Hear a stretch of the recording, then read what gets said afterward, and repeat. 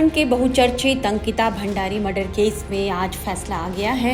अंकिता भंडारी की हत्या के आरोप में आज उस रिजॉर्ट के मालिक पुलकित आर्य समेत 3 को उम्र कैद की सजा सुनाई गई है, जहां अंकिता काम किया करती थी। आज बहुचर्चित अंकिता भंडारी हत्याकांड मामले में कोटद्वार स्थित अपर जिला एवं सत्र न्यायालय ने फैसला सुनाते हुए पुलकित के अलावा उसके 2 कर्मचारी सौरभ भास्कर और अंकित गुप्ता को भी उम्र कैद की सजा सुनाई है। 18 सितंबर 2022 को अंकिता भंडारी की हत्या कर दी गई थी। उसका शव चीला शक्ति नहर में फेंक दिया गया था। घटना के 1 सप्ताह बाद चीला नहर से उसका शव बरामद किया गया। कोर्ट ने तीनों आरोपियों पुलकित आर्य, उसके कर्मचारी सौरभ भास्कर और अंकित गुप्ता को हत्या के मामले में दोषी करार दिया है और उन्हें उम्र कैद की सजा दी है।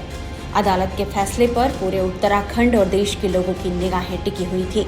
अंकिता के माता पिता को उम्मीद थी कि उनकी बेटी के हत्यारों को फांसी की सजा मिलेगी, लेकिन कोर्ट ने जब आरोपियों को उम्र कैद की सजा सुनाई तो वे निराश हो गए हैं। उन्हें ये इंसाफ अधूरा लग रहा है। अंकिता के पिता वीरेंद्र भंडारी ने कहा है कि उन्हें उम्मीद थी कि दोषियों को फांसी की सजा मिलेगी। अब वे इस फैसले को हाईकोर्ट में चुनौती देंगे। उनसे बात की है हमारे संवाददाता अभिषेक सिन्हा ने। अंकिता के फादर हैं, आप कितने इस फैसले को कैसे देखते हैं? देखो, तो सबसे पहले मैं तो उत्तराखंड की समस्त जनता से हाथ जोड़ के प्रार्थना करता हूं कि आप इसी तरह जब तक हाई कोर्ट और सुप्रीम कोर्ट का तक फैसला ना आ जाता तब तक इसी तरह आप मेरे साथ कंधे पे कंधे मिला के चलें, क्योंकि मेरी बेटी नहीं है, वो पूरे प्रदेश की बेटी थी और इसी तरह आपको संघर्ष करना होगा ताकि मेरा हौसला बुलंद रहेगा और मैं इस लड़ाई को लड़ सकूं। और जो पत्रकार बंधु हैं उनका भी मैं धन्यवाद करना चाहता हूं। और जो हमारे यहाँ पे अवनीश नेगी और अमितांशु, उनकी विशेष भूमिका रही, उनको मैं धन्यवाद करना चाहता हूं। और जो हमारे नैनीताल से नवनीश नेगी जी हैं, उनका भी बहुत बहुत धन्यवाद करता हूँ, जो कि हर समय वहाँ पे हाई कोर्ट में खड़े हो जाते हैं, उनका भी धन्यवाद करना चाहता हूँ। और बाकी मेरे पत्रकार बंधुओं से यही चाहता हूँ कि अगला कदम आपका क्या रहेगा? क्या इस कार्यवाही से आप संतुष्ट नहीं है? हाँ, इस का जो जैसे कि आज कोर्ट ने अपने डिसीजन दिया है कि इनको आजीवन कारावास होगा, तो हम इसमें संतुष्ट नहीं है, क्योंकि हमें चाहिए था मौत के बदले मौत। ऐसा आपको क्यों लग रहा है कि आजीवन कारावास छोटी सजा है? देखो, आजीवन सजा बिल्कुल छोटी सजा है, इनको बार बार बेल मिलती रहेगी। हाँ, दूसरा ये है कि आजीवन कारावास के दौरान अगर इन तीनों में से किसी को बेल मिलती है तो मैं उत्तराखंड की समस्त जनता से ये आह्वान करना चाहता हूँ कि उसी समय आपको तुरंत सड़कों पे उतरना ही होगा। अंकिता भंडारी के पिता थे, साथ में इन्होंने सीधे रूप से कहा कि अंकिता भंडारी के केस में जो आज अदालत ने फैसला सुनाया है आजीवन कारावास का सभी आरोपियों को, उसको लेकर अब वो हाई कोर्ट में चैलेंज करेंगे। इनका मानना है कि मौत के बदले में मौत, हम हाई कोर्ट में पहुंचेंगे और हाई कोर्ट में इस बात को सामने लेकर आएंगे, जज के सामने भी इस बात को रखेंगे जब हमारे जीते जी कम से कम इन आरोपियों को कड़ी से कड़ी यानी फांसी की सजा दी जाए। वहीं अंकिता की मां ने इस फैसले को लेकर किस तरह की प्रतिक्रिया दी है, ये भी देख लीजिए। अंकिता हत्याकांड में आज फैसला आ चुका है और उसको लेकर माता पिता मेरे साथ में हैं, उनकी माता जी मेरे साथ में हैं, उनसे जानने की कोशिश करेंगे फैसले को लेकर क्या कहना है।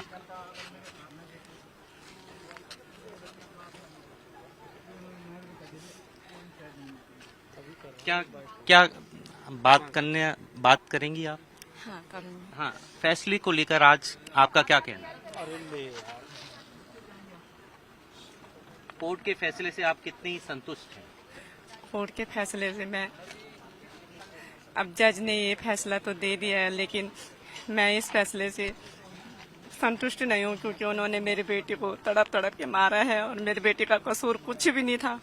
अगर इनको फांसी हो जाती तो ज्यादा अच्छा रहता, क्योंकि अगर ये अपराधी ऐसे आजीवन रहेगा तो ये कभी न कभी बाहर आएंगे, क्योंकि जिस तरह से इनकी खाना पूर्ति हो रही है, आप सभी जानते हैं कि इनकी, आप लोगों ने देखा होगा कि उनकी सेहत में कोई भी फर्क नहीं पड़ा है और जैसे कि तैसे ही हैं।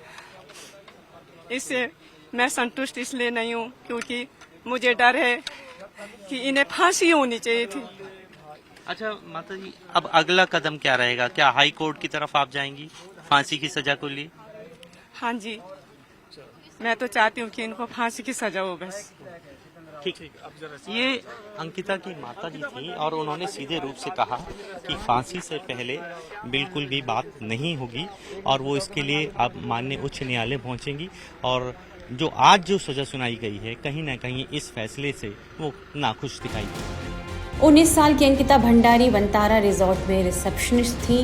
नौकरी ज्वाइन किए उसे भी 20 दिन भी पूरे नहीं हुए थे कि वो 18 सितंबर 2022 को लापता हो गई। इसी दिन उसकी हत्या कर दी गई। घटना की जानकारी मिलने के बाद अंकिता के पिता लगातार कई दिनों तक इधर उधर चक्कर काटते रहे। धरने पर बैठे, फिर कहीं जाकर पुलिस हरकत में आई। 24 सितंबर 2022 को चीला नदी से अंकिता भंडारी का शव बरामद किया गया। इसके बाद अंकिता के माता पिता ने लंबी कानूनी लड़ाई लड़ी, लेकिन अब आज के फैसले के बाद वे बेहद निराश हो गए हैं। वहीं आरोपियों को उम्र कैद की सजा सुनाए जाने पर अंकिता भंडारी हत्या का केस लड़ रहे वकीलों ने क्या बताया है, ये सुनिए। अपर सत्र न्यायाधीश कोरदार द्वारा 302, 201 और 354 डी अनैतिक व्यापार अधिनियम में सजा सुनाई गई है, जिसमें 302 में उनके द्वारा कठोर आजीवन कारावास और 50,000 का जुर्माना लगाया गया है और 354 डी में 5 वर्ष का सजा और 10,000 का जुर्माना लगाया गया है और अनैतिक व्यवहार अधिनियम में 1 वर्ष का सजा और 10,000 का जुर्माना आरोपित किया गया। जैसे मुआवजे की मांग हो रही थी, पीड़ित परिवार को मुआवजे की बात हो रही थी, कोई मुआवजे की डिमांड इसके अलावा इधर?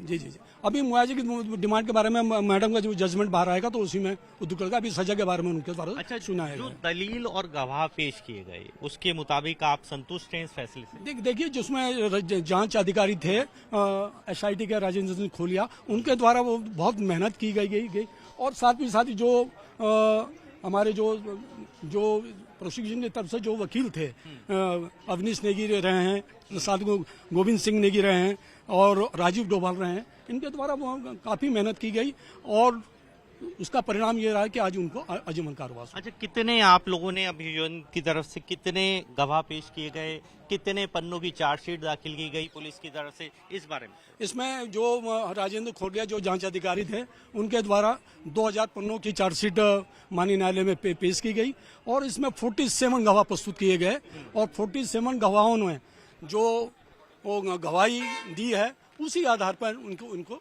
सजा मिली। अच्छा, मेरे साथ राजीव गौड़ जी भी हैं, ये भी एडवोकेट हैं पीड़ित पक्ष की तरफ से। मैं आपसे जानना चाहूंगा कि राजीव जी, कौन सा अहम ऐसा सबूत था जो कारगर रहा सजा दिलाने की? देखिए, सारी जो मुकदमा चलता है वो सरकमस्टांसेस पे भी चलता है, क्योंकि कोई गवाह चश्मदीद गवाह तो था नहीं।